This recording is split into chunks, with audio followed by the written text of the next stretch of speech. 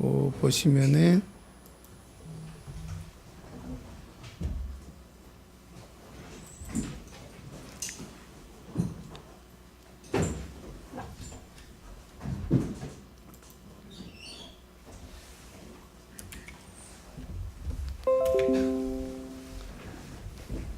이를 통틀어서 그냥 웹 서비스 개발 과정 뭐 이렇게 얘기를 했고, 그다음에 이 과정의 목표는 우리가 웹 서비스 웹 프로그램 하나 개발하려면은 사실은 해야 될 것들이 많아요.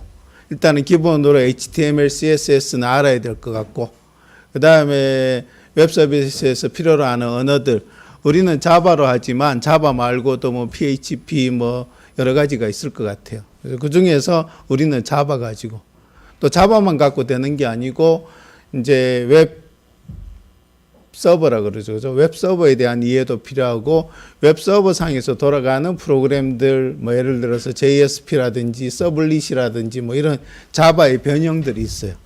그러니까 그런 것들에 대한 이해도 하셔야 돼요. 데이터베이스도 알아야 되겠고.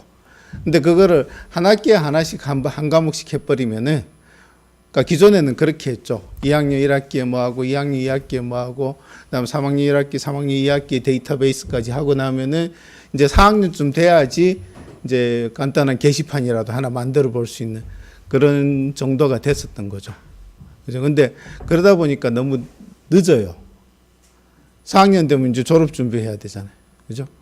그래서 교수님들은, 그러니까 뭐 우리 생각이 맞을지 틀릴지 모르겠지만 1학년, 2학년 때 그러니까 프로그램을 만들 수 있는 틀은 만들어 놓자. 그죠? 그럼 이제 3학년 때 여러분들은 이제 이 프로그램 수업만 하다 보면은 사실은 뭐 저런 것들, 그러니까 이론적인 부분들, 자료구조 알고리즘, 뭐 이런 거 혹은 기타 뭐 네트워크에 대한 이해, 이런 게 부족할 수 있어요. 그런 거 이제 2학년 때 들어야 될 것들, 이론적으로 부족한 부분들을 3학년 때 들으시고, 또 3학년 이제 프로그램은 할 줄 아니까, 웬만큼 할 줄 아니까 이거 가지고 스스로 뭐 미니 프로젝트도 해보시고, 다른 이렇게 평소에 관심 있었던 분야에 대한 이렇게 접근도 해보시고, 그런 기회를 많이 가져라. 3학년 때부터, 2학년 겨울방학 때부터. 그래서 그런 용도로, 그런 목표로, 그죠? 웹 서비스, 그러니까 과목, 그 다음에 이 과목 말고 2학년 2학기에도 이렇게 블락제 수업으로 진행이 됩니다. 그래서 2학년 2학기에는 윈도우 서비스, 윈도우 프로그램. 그래서 C++, C# 중심으로 이제 이렇게 프로그램이 진행이 될 거예요. 그러니까 그런 식으로 1학기 때는 웹, 2학기 때는 윈도우 응용 프로그램. 이렇게 두 과정을 거치고 나면은 웬만큼 이제 프로그램 하실 수 있을 거예요. 또 어디 가서 혹은 다른 자료를 찾아봐도 이게 무슨 말이지 하는 그런 것들은 많이 줄어들 거고. 그래서 그런 경험들을 혹은 기술 스택들을 좀 빨리 배우자, 미리 배워놓자라는 게 이 과정의 목표입니다. 그래서 이 과정에서는 웹 서비스 개발에 필요한 기본 기술에 대한 빠른 습득이고, 그 다음에 당연히 개발 능력을 배양하는 게 이 과정의 목표입니다. 웹 서비스 개발에 필요한 기술들 해서 그냥 쭉 나열해 봤어요. 우리가 배우는 것도 있고 배우지 않는 것도 있어요. 우리가 배울 게 이제 HTML, CSS, 자바스크립트, jQuery 뭐 이 정도는 이렇게 한번 경험해 보면 좋을 것 같아요. 그 다음에 이제 뒷단에서 자바를 공부하셔야 되고, 그 다음에 자바의 변형이죠. JSP, 서블릿 이런 것들이 있어요. 그러니까 자바라는 건 일반적인 C, C++ 같은 일반적인 프로그래밍 언어고, 그걸 웹에서 쓸 수 있게 바꿔놓은 게 JSP고 서블릿이에요. 그래서 JSP, 서블릿 같은 것들을 같이 공부할 거고, 이거 하면서 이제 웹 프로그램이 단순하지는 않거든요. 그래서 뭐 여러 개, 뭐 예를 들면 프로그램 조각들이 이렇게 여러 개가 있고, 그것들 간의 협력을 통해서 뭐 이렇게 아웃풋도 만들어내고 DB 접근도 하고 뭐 이렇게 돼요. 그래서 그것들을 어떻게 협력시킬 건가, 이 구조를, 예를 집을 짓는다 그래도 집에 대한 설계가 필요하잖아요. 그러니까 그런 설계에 해당되는 것들을 우리가 뭐라고 부르냐, 패턴이라고 불러요. 그래서 웹 서비스는 이런 패턴을 쓴다, 혹은 어디서는 이런 패턴을 쓴다, 그렇게 많이 얘기를 하는데, 최근에 자바, JSP, 서블릿 가지고 웹 서비스 할 때 주로 쓰는 패턴이 MVC 패턴이에요. 그래서 그 웹 서비스와 관련된 아키텍처, MVC가 뭔지, 어떻게 이제 프로그램들을 배치를 해서 역할 분담을 하는지 뭐 이런 것들까지 공부를 하셔야 돼요. 그 다음에 데이터베이스도 당연히 아셔야 되고, 그죠? 우리는 요 정도를 할 겁니다. 앞에 4개 정도를. 4개 정도를 할 거고, 그 다음에 이 뒤에 있는 거는 여러분들이 계속 공부해 봤으면 하는 것들. 스프링이니 스프링 부트라는 것들이 있어요. 지금 몰라도 돼요. 몰라도 되는데 그냥 이렇게 이런 단어가 있다라는 것만 기억하시고 나중에 이제 공부하시다가 심심하실 때 구글에서 한번 두드려 보세요. 그러면은 자료들 많을 겁니다. 앵귤라라는 거, 리액트라는 거, 뷰라는 것들. 이 3개는 같이 세트로 많이 얘기해요. 그러니까 웹 서비스 개발자가 되려면은 이 앵귤라나 리액트나 뷰 중에 하나에 대한 지식, 경험 이 정도를 쌓아놓으면 좋다라는 거고, 그다음 노드라는 것들, 그다음 몽고DB, 부트스트랩, AJAX, 뭐 REST API 뭐 이런 용어들. 또 이건 다 자바와 자바스크립트인데 PHP라는 언어도 있고 라라벨이라는 것도 있고 장고라는 것도 있어요. 그러니까 여기서 이거를 배우고 제 생각에는 요 스프링 부트 정도까지를 알면은 이제 어디든지 이력서 내고 취업해도 돼요. 취업해도 되는 정도의 수준이에요. 근데 거기다가 앵귤라나 리액트 뷰 중에 하나를 쓸 줄 안다. 그러면은 이제 취업할 때 웬만큼 골라서 갈 수 있는 그 정도 레벨이 돼요. 그러니까 지금은 여기에 집중하시고 나중에 방학 때 되면은 스프링 부트가 뭔지, 그다음 뭐 앵귤라가 뭔지 한번 뒤져보시고, 요즘은 좋은 게 유튜브에 강의 다 있잖아요. 예? 우리도 그 강의를 많이 활용을 할 거예요. 제가 하는 것보다 그 친구들이, 그분들이 더 잘 하더라고요. 그죠? 그런 강의들 보시고, 그 다음에 우리 쪽은 강의 봐서 이해하는 걸로 끝나면 안 되죠. 그죠? 우리는 꼭 뭐래, 강의 보면서 그거 따라 하시고, 만들어 보고, 바꿔보고 하는 작업, 직접 해보는 작업을 거쳐야지 자기 있게 돼요. 그러니까 그런 것들 같이 하시면은, 이번 학기 괜찮은 성과를 달성하실 수 있을 겁니다.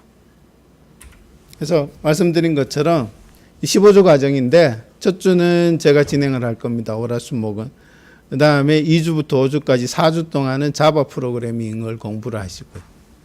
자바만 월화수목 아침 점심 아침 저녁 계속 하실 겁니다. 그 다음에 6, 7, 8주에서 3주를 HTML, CSS, 자바스크립트까지 하시게 될 거예요, 아마. 그죠? 그러면 이제 자바 알고, 그 다음에 HTML, CSS 정도 아니까 9주 차에는 이제 이때부터 2주, 3주 정도 되면은 이제 유정호 교수님이 개인 프로젝트 준비해라, 뭐 이렇게 하실 거예요. 주제도 지정해 주실 거예요. 그러면은 이제 자바 가지고 이제 개인 프로젝트를 하나 9주 동안 9주 목요일 날 발표를 하는데, 그러면 9주째는 월화수는 이제 그거 준비하라는 기간이에요. 사실은 월화수에 준비하시면 안 되고 발표되면 그때부터 준비하셔야 돼요. 그죠?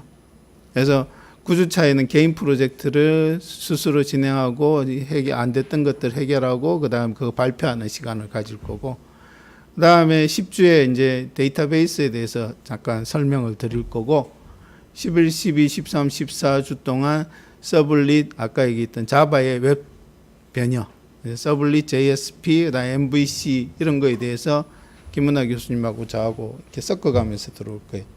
그다음 15주 차에는 개인 프로젝트를 2번 할 거거든요. 자바 프로젝트 하나, 웹 프로젝트 하나. 그래서 개인 프로젝트, 이건 자바 프로젝트가 될 거고, 젝트 오타죠, 그죠? 개인 프로젝트 및 팀 프로젝트. 그래서 개인 프로젝트를 15주 차에 발표할 거고, 15주 차에 마찬가지 팀 프로젝트도 발표를 할 겁니다. 그래서 이런 식으로 진행을 할 거고, 평가는 A나 B 뿔이나 F로 할 거예요.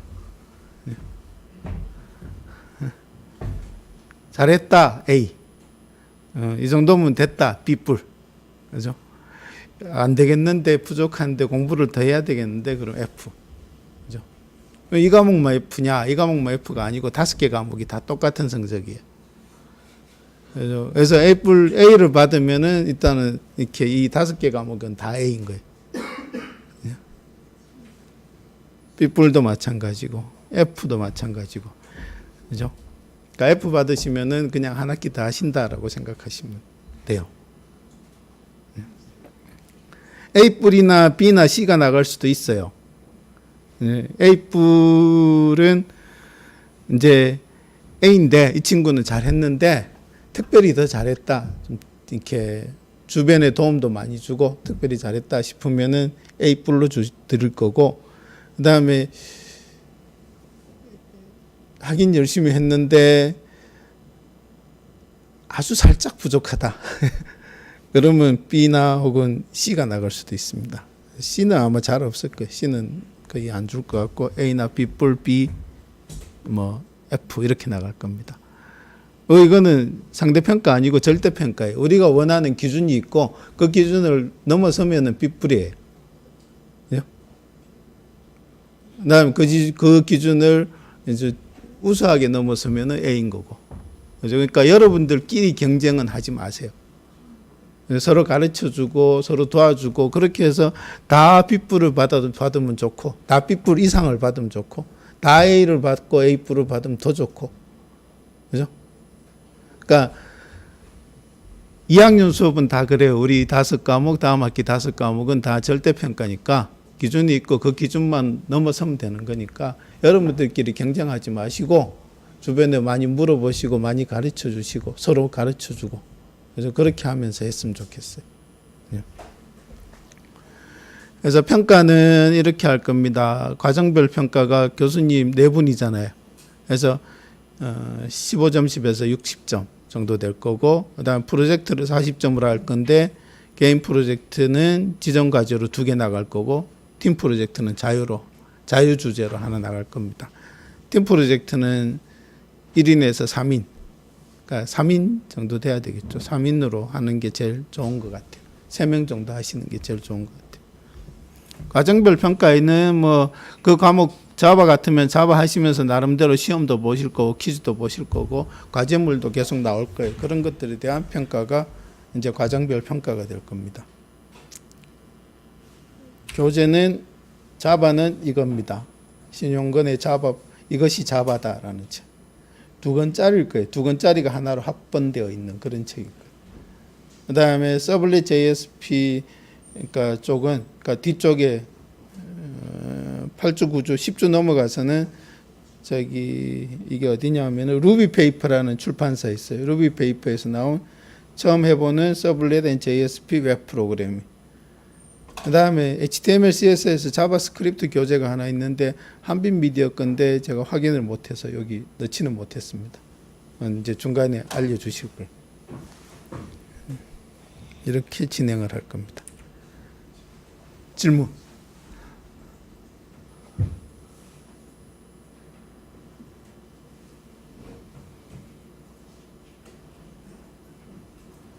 질문해도 괜찮아요. 오늘 수업할 거기 때문에 어차피. 네? 질문해서 일찍 끝나고 그런 건 아니니까, 아니 늦게 끝나고 이런 건 아니니까 질문하셔도 돼요. 혹시 배경 지식이 부족하면 수업 따라가는 게 있을까요? 그래서 배경 지식이 없다라고 생각하고 갈 텐데, 저거 자바 할 때 예를 들어서 변수, if문, 그죠? 뭐 그 정도에 대한 개념은 있다라고 생각하시고 그 부분은 조금 빨리 갈 수 있어요. 근데 어때요? 그러니까 프로그램 전혀 안 했어요? C도 안 배웠고?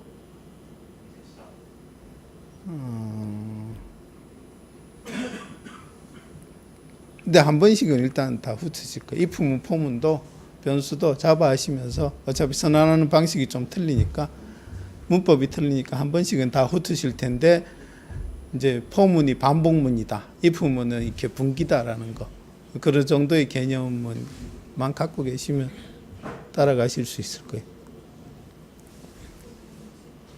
맞고 또 질문.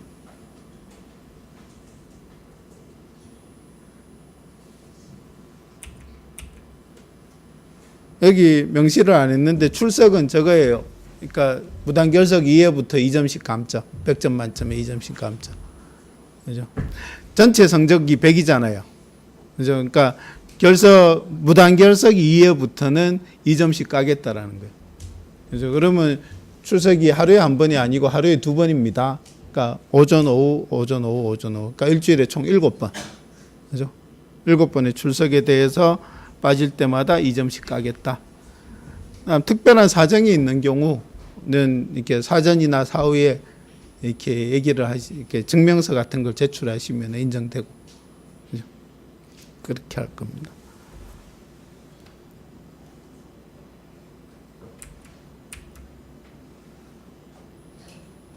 질문 없으면 수업할까요? 네?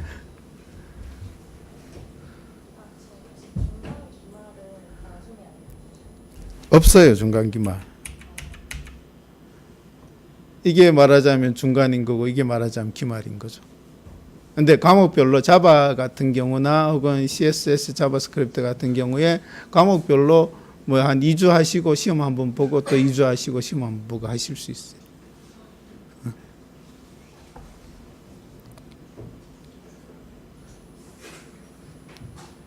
이종호 교수님은 거의 시험을 보시는 스타일이시고, 저는 퀴즈를 선호하는 스타일이고, 퀴즈는 뭐 언제 보겠다 얘기 안 하고 그냥 갑자기 이제 이렇게 보는 그런 것들.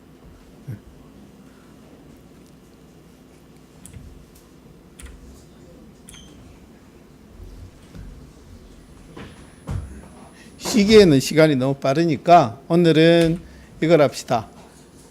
이제 우리가 하고자 하는, 그러니까 우리가 타겟으로 삼는 그 웹 프로그램, 웹 서비스라는 게 어떤 건지 좀 살펴보시고, 그 다음에 웹 서비스를 하시려면은 약간의 상식들이 필요해요. 상식들, 이렇게 영어 중심이지만 좀 공부를 해보고, 그 다음에 웹 서비스의 구조에 대해서 좀 살펴보고, 그리고 개발 환경 만드는 걸로, 개발 환경 구축하는 걸로. 그래서 그렇게 진행을 합시다. 네.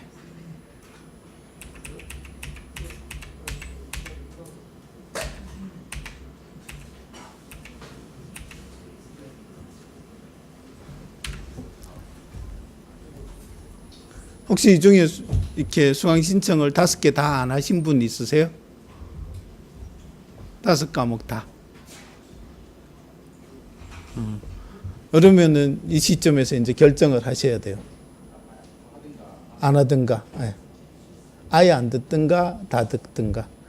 근데 컴퓨터 과학과는 2학년 1학기, 2학년 2학기는 필수입니다. 그 다음에 복수 전공 하시는 분들은 2개 중에 하나만 들으면 되고, 한 학기를 이수를 하면 되고, 편입하신 3학년으로 편입하신 분들도 2학기 중에 한 학기는 이수를 해야 되고, 부전공은 뭐 구태여 제한을 안 두고 그건 자유고, 복수 전공이라는 게 우리 쪽 복수 전공을 얘기하는 거예요. 우리 과에 있는데 딴 데 복수 전공한다. 그래도 2학기 다 들어야 돼요. 그러니까 우리 쪽을 다른 과에서 우리를 복수 전공하는 분들은 2학기 중에 한 학기만 들으면 된다. 그런 얘기입니다.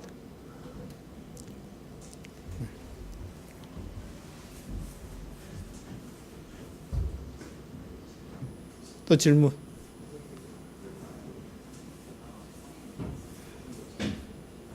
질문 없으면 수업할까요? 웹 서비스는 이제 여러분들이 나날이 매일 쓰고 계신 그 서비스들이 거의 다 웹 서비스예요. 핸드폰 통해서 쓰는 것도 이제 웹 서비스의 일종이라고 보셔야 되고, 그 다음에 웹을 통해서 PC 통해서 들여다보는 것들도 거의 다 웹 서비스다라고 보시면 돼요. 심지어 게임 같은 경우도 웹 서비스다라고 보셔도 돼요. 일부는. 그죠? 어떤 건 아니지만 어떤 것들은 웹 서비스의 틀을 그대로 갖고 있어요.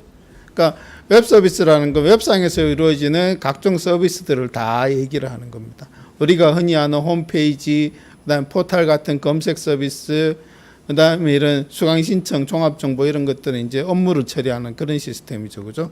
그런 것들. 그다음에 5365 쓸 줄 아세요? 잘 쓰시죠? 5365 혹시 처음 들어보시는 분들은 홈페이지에 보면 5365 안내 있거든요. 대학 생활인가? 예, 거기 가셔서 한번 보시고 5365 찾아보시고 그러면 좋아요. 쓰시면 좋아요. 메일 계정 있죠. 그 다음에 뭐가 있죠? 또 오피스를 5대까지 공짜로 설치할 수 있죠. 정품을. 그 다음에 웹상에서 스토리지도 1TB인가 주죠. 예. 그러니까 엔드라이브보다 5365가 더 편한 것 같아요. 그러니까 이런 클라우드 서비스들도 다 웹 서비스라고 불러요. 그래서 이런 것들이 웹 서비스고 우리 목표는 이 중에서 뭐 이 정도 업무나 검색, 그러니까 홈페이지 정도를 만들 수 있는 업무 서비스를 만들 수 있는 그 정도의 기량을 갖추는 거, 그게 우리 목표입니다. 이런 것들이 다 이제 웹 서비스에 해당이 될 거고 이제 이 웹 서비스를 이해를 하려면은 일단은 용어들 몇 가지를 이해를 하고 계셔야 돼요. 그래서 인터넷이라는 용어는 다 아시죠? 그죠? 인터 그다음에 넷이죠, 그죠? 네트워크들을 어떻게 한 거, 인터커넥션 한 거, 그죠? 그러니까 원래는 뭐 회사 하나에 혹은 뭐 가게 하나에 자기들끼리 컴퓨터 서너 대를 연결한 그런 네트워크들이 있었어요. 그건 자기들끼리 그 컴퓨터 세대 네 대가 서로 뭔가를 주고받기 위한 네트워크이죠. 그건 비교적 만들기 쉬웠어요, 그죠? 손으로 연결하고 뭐 어떻게 주고 어떻게 받자 뭐 그 정도만 결정을 하면 됐으니까 그렇게 해서 만들어 놓은 것들을 네트워크인데 네트워크라고 부르는데 특히 특정 지역에 한정된 네트워크니까 그걸 로컬 에리어 네트워크 뭐 랜 이렇게 얘기를 했죠. 그렇게 얘기했었는데 그런 네트워크들을 이제 서로 연결해서 광역의 네트워크 넓은 범위의 네트워크를 구축한 걸 인터넷 네트워크라고 불렀고 그게 인터넷 그 다음에 이제는 고유명사화돼서 그냥 인터넷 이렇게 부르는 거죠. 그러니까 인터넷은 뭐 프로토콜이라는 게 있어요. 프로토콜이 뭐냐 하면은 약속 같은 거죠. 그죠? 내가 숫자를 쟤한테 주고 싶어요. 근데 숫자를 그냥 주면은 제가 잘 못 받을 것 같아요. 그래서 이 숫자가 뭐 하는 숫자고 그다음에 내가 어떻게 표현했다라는 거를 제하고 미리 이렇게 약속을 정해 놓고 싶어요. 예를 들어서 뭐 내가 저기 다른 친구한테 이렇게 어제 했던 과제를 전달해 주고 싶다.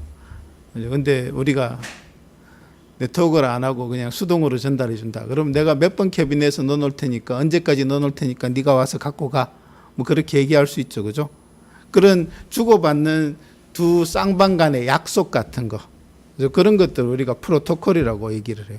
그런 프로토콜이 여러 가지 종류가 있는데 그 중에서 TCP/IP라는 프로토콜, TCP라는 프로토콜, IP라는 프로토콜을 사용해서 컴퓨터 간의 정보를 주고받는 그런 이제 네트워크가 인터넷이다 이렇게 생각하시면 되고 TCP/IP 기반으로 이메일이라든지 FTP, 텔넷, 따따따, 그다음 뉴스, 삼바 뭐 이런 다양한 서비스들을 이제 구현을 할 수 있게 되는 거죠. 가능하게 해주는 거죠. 그죠? 말씀드린 것처럼 프로토콜은 통신을 위한 약속이고 데이터를 어떻게 패키징 하겠다. 그 다음에 이 데이터의 의미, 뭐 방법, 뭐 이런 것들을 정의해 놓은 게 프로토콜이에요. 이건 이제 나중에 컴퓨터 네트워크 가시면 더 자세하게 공부를 하실 겁니다. 그 다음에 TCP/IP 네트워크상의 TCP/IP도 프로토콜이고 텔넷, FTP, HTTP도 프로토콜이에요. FTP가 뭐냐 하면은 파일 트랜스퍼 프로토콜. 그죠? HTTP는 하이퍼텍스트 트랜스퍼 프로토콜. 그죠? POP는 포스트 오피스 프로토콜 3. 그죠? 그러니까 포스트 오피스는 우편이죠. 그죠? 우편. 우체국. 그러니까 우체국 프로토콜이니까 이거는 메일을 주고받는 프로토콜이고 FTP는 파일 트랜스퍼 프로토콜이니까 파일을 주고받는 프로토콜이고 HTTP는 하이퍼텍스트 트랜스퍼 프로토콜이니까 하이퍼텍스트라는 게 우리가 쓰는 웹 문서예요. 우리가 보는 그 웹 문서를 주고받는 프로토콜을 HTTP 이렇게 얘기를 하는 거죠. 지금은 알 필요 없는데 그냥 이렇게 헷갈리실까 봐 적어 놓은 거예요.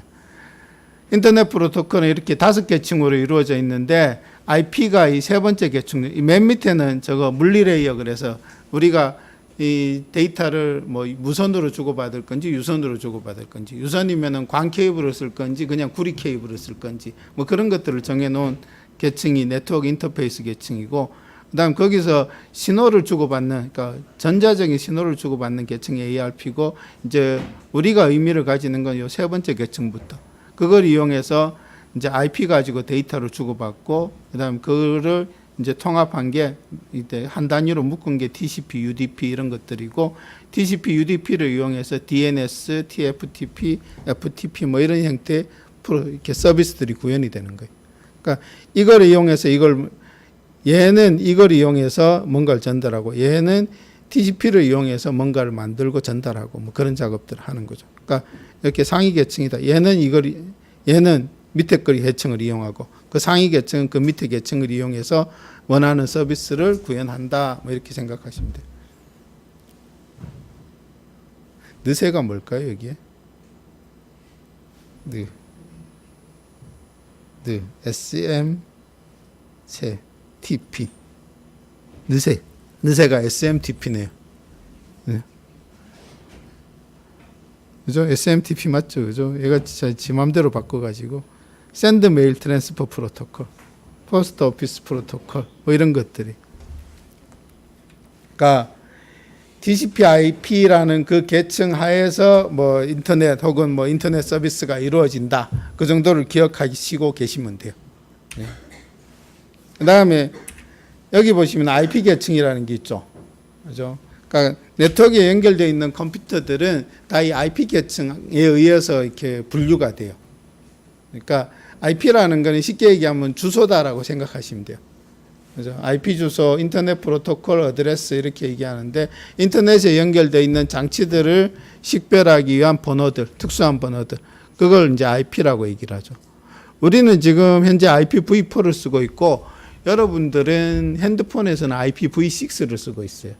그래서 기존에는 IPv4를 썼어요. IPv4는 32비트로 되어 있고 4개의 8비트 숫자, 그러니까 0에서 255 빵빵빵빵해서 255, 255, 255, 255까지를 이제 IP 주소로 썼던 거죠. 그 중에서 이제 뭐 특별한 것들 몇 개가 있는데 127.0.0.1 이런 것들은 우리가 로컬 호스트, 그래서 자기 자신을 얘기를 해요. 이거 IP 주소 한번, 자기가 쓰는 IP 주소 한번 확인해 볼까요? 어떻게 확인하시면 돼요?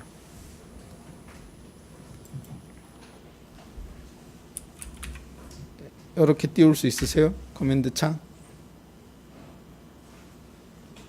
다시 해볼게요. 리눅스 배우셨죠? 이렇게 때 그러면 배시샤를 쓰게도 되겠네. 메뉴에서 CMD라고 치면은 명령 프롬프트라고 뜹니다. 그죠? CMD 두드리시고 엔터 치시면은 이렇게 명령 프롬프트 창이 떠요. 떴죠? 그죠? IP 주소는 여기 이제 명령어들이, 내가 내릴 수 있는 명령어들이 여러 가지가 있는데, 그 중에서 IP 주소 확인하는 게 ipconfig라는 명령이 있어요. 그냥 엔터 쳐보시면은 이렇게 나와요. 그래서 IPv4 주소가 10.10.71.40 이렇게 나오죠. 저는 40이고 여러분들은 저하고 다 틀릴 거예요. 그죠? 10.10.71로 안 가시는 분 혹시? 다 가죠?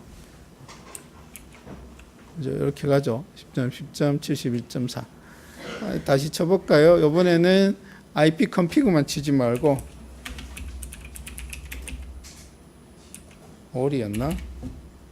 이렇게 쳐볼까요? 테스트 해보고. 맞네.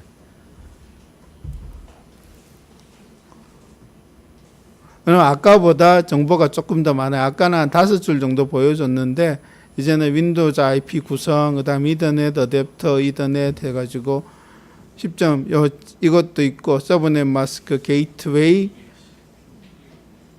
그 다음 여기 보시면은 DHCP V6 클라이언트 DUID 해가지고 뭐 이거 있죠. 그죠? 이게 지금은 쓰고 있지는 않아요. 쓰고 있지는 않은데 얘 IPv6 주소인 거예요. 예. 그 다음에 게이트웨이라는 게 보이고 DNS 서버라는 게 보이고 뭐 이래요. 그죠? 예. 그러니까 기본 IPv4 주소, 컴퓨터에서는 아직까지는 IPv4 주소가 네트워크상의 내 컴퓨터의 주소다 이렇게 생각하시면 돼요. 아 죄송합니다. 이거 아니고 요게 링크 로컬 IPv6 주소 이게 내 컴퓨터의 이렇게 IPv6 주소고 이게 IPv4 주소다 이렇게 생각하시면 돼요.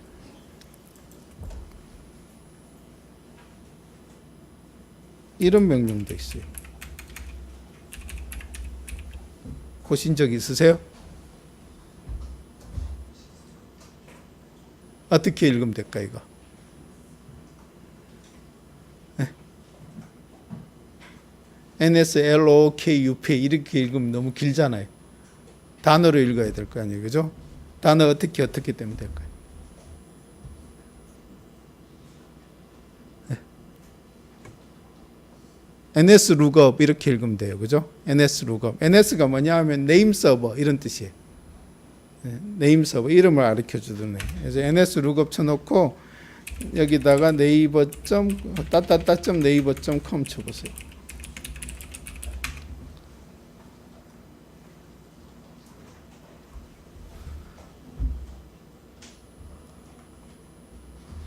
그러면 이런 응답이 나와요, 그죠?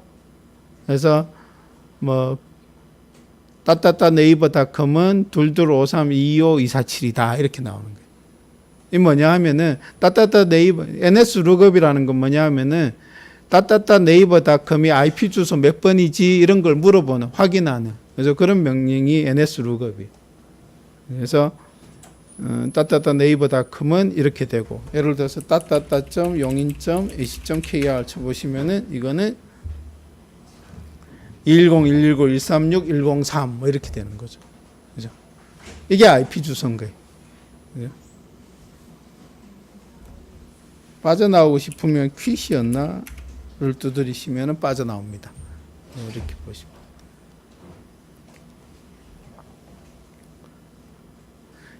여기 보시면은 서버라는 게 뜨죠. 내가 용인 ACKR이 몇 번이야 라고 물었을 때 서버라는 애가 뜨죠. 그죠?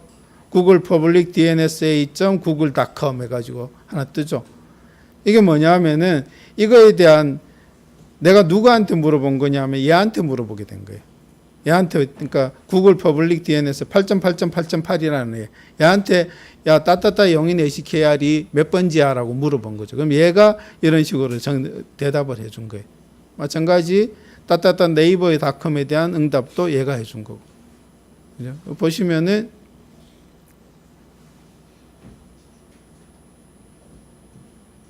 여기에 아까 내렸던 명령 중에서 이렇게 IP configure라는 명령이 있었죠. 그죠? 여기 보시면 여기 밑에 DNS 서버라는 게 있어요. 그게 8.8.8.8 이렇게 돼 있어요.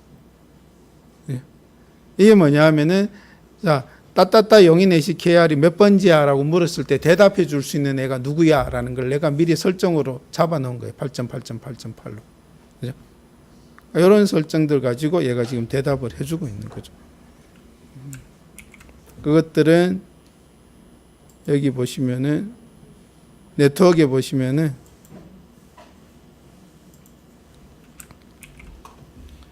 아이콘 중에 이렇게 생긴 게 네트워크이죠. 그죠? 네트워크 클릭해서 그러니까 마우스 오른쪽 버튼 눌러서 네트워크 및 인터넷 설정 열기인 거 해서 보시면은 이런 창이 하나 뜰 거고 거기에 어댑터 옵션 변경 혹은 어댑터 옵션 변경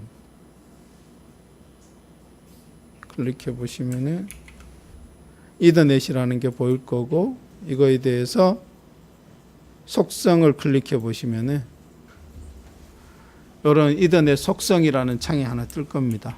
여기에서 속성 프로토콜 V 죄송합니다. IP 버전 4, TCP IP v4 선택해서 속성 클릭해 보시면은 이제 다음 IP 주소 사용해서 여기서 내가 IP 주소를 지정한 거고 그다음에 DNS 서버를 이렇게 지정을 해 놓은 거예요. 그죠? 나중에 뭐 이렇게 DNS 서버를 바꾸고 싶다. 혹은 10.10.71.40으로 되어 있는데 43으로 바꾸고 싶다. 그러면 여기서 이 창에서 작업을 하시면 돼요. 그죠? 서브넷 마스크라는 것도 있고 게이트웨이라는 것도 있죠.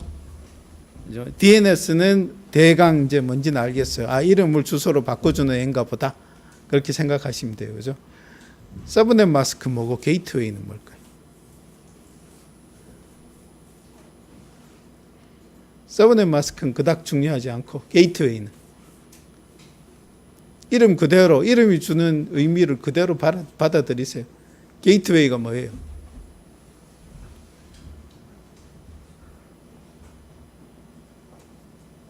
게이트 문, 그죠? 웨이 나가는 문, 들어가는 문, 게이트웨이, 그죠? 그러니까 인터넷이 뭐라 그랬어요? 네트워크들을 연결해 놓은 게 인터넷이라 그랬잖아요, 그죠? 네트워크와 네트워크들을 연결해 놓은 거예요. 그러면 나는 지금 어디에 있냐 하면은 용인대학교 네트워크 안에 있는 거예요, 그죠? 근데 내가 네이버닷컴을 가고 싶어요. 그럼 용인대학교 네트워크 안에는 네이버닷컴이 없어요, 그죠? 그럼 내가 어떻게 가야 돼요? 용인대학교 네트워크를 벗어나서 여기저기 길 물어서 네이버를 찾아가야 되는 거죠, 그죠? 그러니까 이 네트워크에서 외부로 나가고 싶을 때 내가 통과해야 되는 문이 있을 거 아니에요. 그걸 게이트웨이라고 하고, 그렇게 게이트웨이를 나가면 이제 바깥 세상인 거예요. 바깥 세상이고, 거기서 나는 이제 주소 하나 들고 네이버닷컴이라는 주소 하나 들고 이제 얘한테 내가 어디로 가면 돼, 내가 어디로 가면 돼 하면서 지나가는 서버들한테 다 물어보는 거죠. 그러면서 네이버닷컴까지 찾아가는 거예요. 네이버의 네트워크 입구까지 가는 거예요. 그 다음 거기서 게이트웨이를 문으로 들어가면서 문지기한테 따따따가 누구야? 그럼 네이버 안에도 서버가 수십 대 있겠죠. 수백 대 있겠죠. 그 중에 하나 따따따는 몇 번이야? 라고 가르쳐 줄 거예요. 저리로 가면 되라고. 그죠? 그러니까 네트워크상에서 이 작은 네트워크상에서 네트워크의 출입을 통제하기 위한 그런 어떤 시스템 혹은 서버, 그거를 우리가 게이트웨이 뭐 이렇게 부르는 거예요. 기본 게이트웨이. 그래서 용인대학교의 게이트웨이는 10.10.71.1인 거고, 또 네이버닷컴의 게이트웨이는 또 다른 뭔가가 이제 존재하고 있을 거예요. 그러니까 문지기 같은 거다. 네트워크상의 문지기 같은 거다. 내가 나가고 들어갈 때 다 걔를 통과해야 된다. 이렇게 생각하시면 돼요. 그러니까 여기서 네트워크 정보를 수정하시고 그다음에 확인하시고 하실 수 있습니다.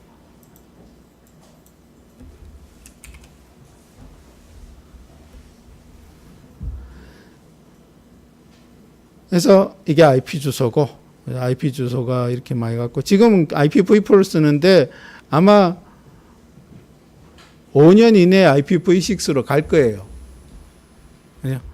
핸드폰은 IPv6를 이미 쓰고 있고, 이제 그다음 PC나 모든 장비들도 이제 IPv6를 지원할 수 있는 체계는 다 됐어요.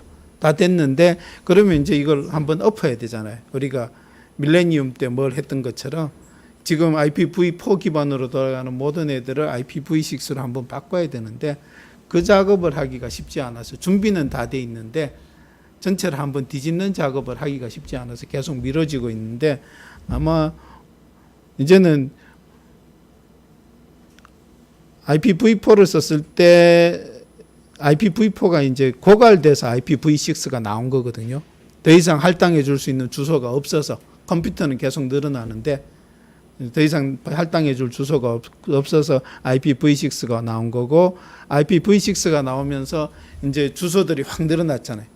2에 32승계에서 2에 128승계가 됐으니까. 그죠? 뭐 100배, 1000배가 아니고 몇 배가 된 거예요. 2에 32에서 2에 128승이면. 내가 쉽게 얘기 못하는 그 정도의 단위 배수로 이제 확 늘어난 거죠. 그러면서 IoT 얘기도 나오고 빅데이터 얘기도 나오고 뭐 이렇게 되는 거죠. 그러니까 조만간 IPv6로 바뀔 거다. 그래서 그거에 대한 지식도 축적해 놓으시면은 경험 상식도 좀 쌓아 놓으시면 괜찮을 것 같아요. IPv6는 16비트 8자리로 표현을 합니다. 이런 식으로. 그래서 이거보다 더 알아보기는 더 힘든데, 그죠? 어차피 우리는 이 주소들 가지고 네트워크를 헤매다니는 게 아니고, 이렇게 이름 가지고 따따따 용인 HKR, 따따따 네이버닷컴 이름 가지고 돌아다니니까 얘가 따따따 네이버닷컴이 이거든 혹은 따따따 네이버닷컴이 이거든 나는 크게 신경 쓸 필요는 없죠. 그 정도로 기억하시면 돼요. 그 다음 URL이라는 단어 많이 쓰실 겁니다. URL은 유니폼 리소스 로케이터. 유니폼 떼고 그냥 리소스 로케이터 그럼 뭐예요? 리소스는 자원, 네트워크상의 특정 자원. 로케이터는 그게 어디에 있다라는 거 알려주는 애. 그래서 리소스 로케이터 그럼 자원의 위치를 알려주는 애예요. 그죠? 근데 유니폼 그러니까 일정한 형식의 이렇게 통일된 형식의 리소스 로케이터. 그걸 URL 이렇게 얘기하는 거죠. 그래서 URL이라고도 하고 URI라고도 하는데 이게 좀 애매해요. 애매한 게 지금은 그냥 URL이나 URI나 그냥 같은 걸 거야 라고 생각하시고 쓰시면 될 것 같아요. 그러니까 원래는 URI의 하위 개념이 URL이었고 또 나중에는 그 URL의 일부를 떼서 다시 또 URI라고 부르는 그런 경우들이 있었는데 지금 그게 이제 헷갈리고 있으니까 그냥 URL이나 URI나 같은 놈이다. 의미가 똑같죠, 그죠? 리소스 로케이터나 리소스 아이덴티파이어나 자원에 대한 위치 혹은 자원에 대한 아이디를 알면 찾을 수 있으니까, 그죠? 그래서 URL은 주로 웹사이트 주소를 나타내기 위해서 사용되고 네트워크상에 어떤 자원이 어디에 있다라는 걸 알려주기 위한 어떤 약속 같은 거 표현법 그게 URL이다. 그래서 이런 것들이 URL이에요. http://smost.com의 a.gif 혹은 ftp id pass /19168 아래 a.gif 이거 해석해 볼까요? 이거 한번 해석해 볼까요? http sumhost.com이라는 컴퓨터가 네트워크상에 어딘가 있어요. 그죠? 근데 걔가 뭘 갖고 있다? a.gif를 갖고 있다. 근데 얘한테 a.gif를 요청할 때는 뭘로 요청해라? http라는 프로토콜로 요청해라. 그런 의미예요. 그러니까 네가 a.gif를 찾고 싶으면은 smost.com에게 http로 a.gif를 요청해라. 이런 의미예요.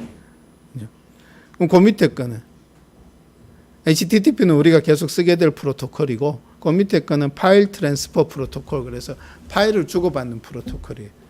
마찬가지 a.gif를 갖고 오고 싶은 거예요. 그죠? 근데 이 a.gif가 어디에 있냐면은 19168.1.234라는 컴퓨터. 이번에는 이거 이름으로 표현한 게 아니고 IP 주소로 표현을 했죠. 그죠? IPv4 주소로 표현을 했죠. 그래서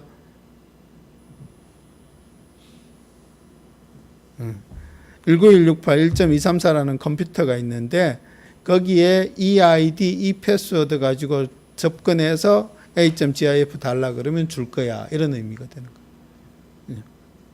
그러니까 요거 FTP, HTTP는 어떻게 접근해라. 접근 방법. 그 다음에 슬러시 두 개 다음에 나오는 이놈이 이제 서버 이름 혹은 서버에 접근하기 위해서 아이디랑 패스워드, 아이디 비밀번호가 필요하면은 그거에 대한 정보까지. 그래서 이게 이제 웹사이트 주소.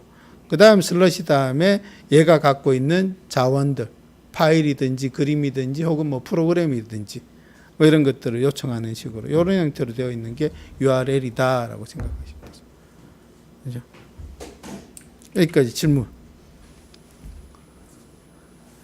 질문하기 힘들죠, 그죠?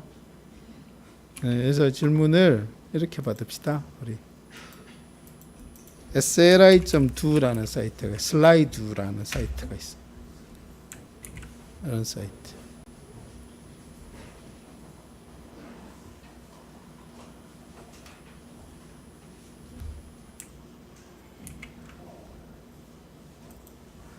저는 여기 아이디를 여러분 아이디 만들 필요 없어요.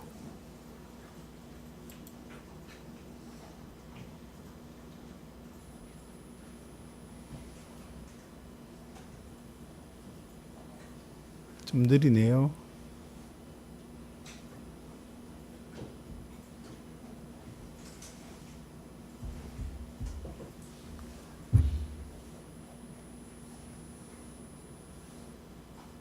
많이 느리네요.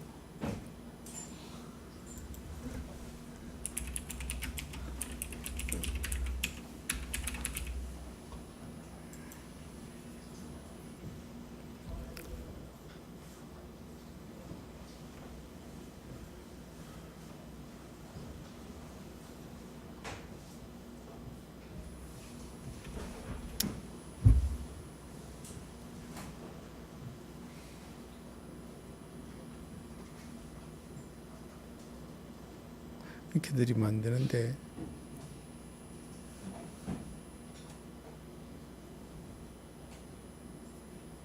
에헤.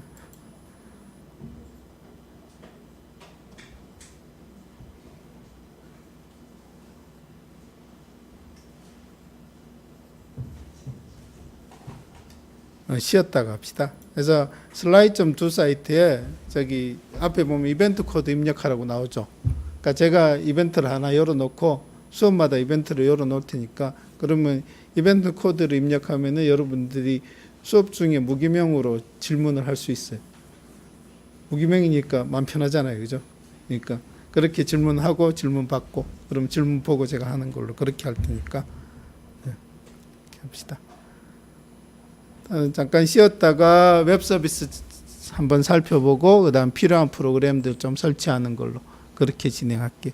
10분 쉬었다가 수업하겠습니다.